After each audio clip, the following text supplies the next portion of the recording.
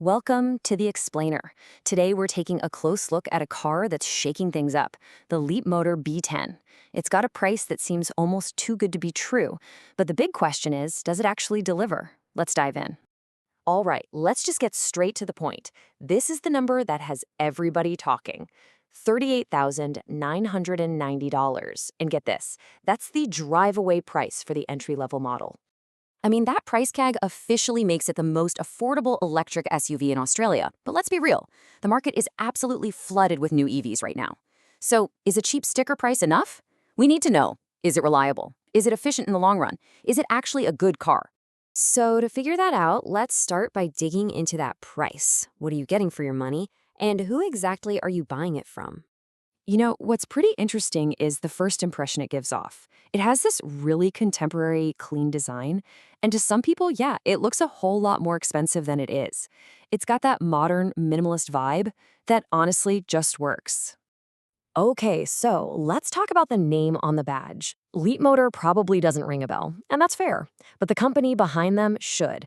Stellantis, the global giant that owns Jeep, Peugeot, Fiat, all those guys, they own a majority stake. This is a huge deal. It answers that massive question about long-term support, parts, and service that you always get with a new brand. And this little chart here really just spells it out, doesn't it? It's not just that it undercuts its main rivals on the final drive-away price, it's actually a physically bigger car. So right from the get-go, you are literally getting more car for less money. So let's move inside because that more for less idea definitely continues in the cabin. Though, yeah, it comes with a few interesting quirks. The list of standard features is, frankly, kind of nuts. Even the base model gets that huge panoramic roof and the massive screen.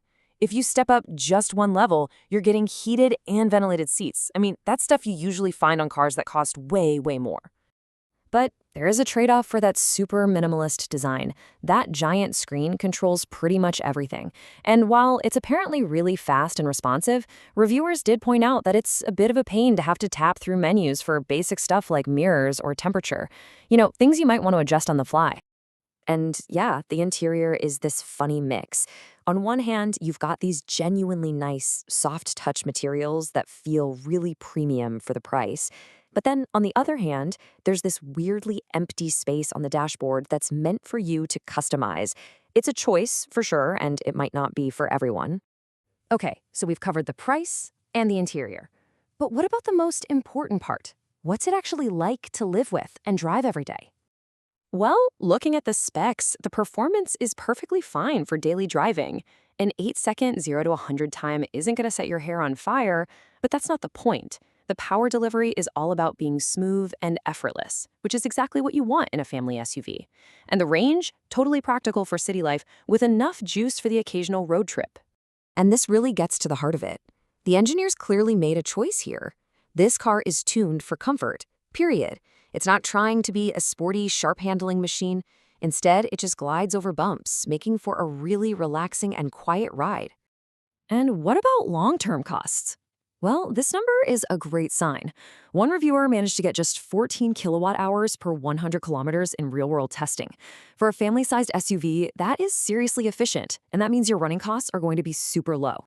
And when you do need to go on a longer trip, that efficiency is backed up by some pretty great DC fast charging. A peak speed of nearly 170 kilowatts is really competitive, and it means you'll be spending a lot less time waiting around at public chargers.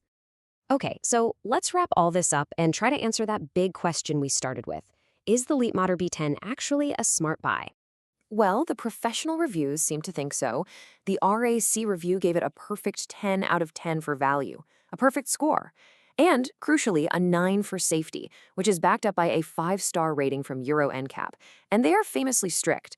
For a family car, those are probably the two most important scores you could ask for. So, at the end of the day, it's a car of really clear trade-offs. What you get is just incredible value, tons of space, a super comfortable ride, and a list of features that's hard to believe. What you give up is a sporty feel, and you have to be okay with that screen-heavy interior and a couple of its unique design choices. This car is pretty much perfect for the practical, rational EV buyer. Someone who cares more about comfort, safety, and how much it costs to run than they do about brand prestige or thrilling performance. It's just a fundamentally sensible choice. And that really leaves us with one last big thought. The Leapmotor B10 isn't just another new car. It feels like a turning point. When you can get a practical, safe EV backed by a global giant, for this kind of money, it really makes you wonder. It challenges that whole idea that electric cars have to be expensive.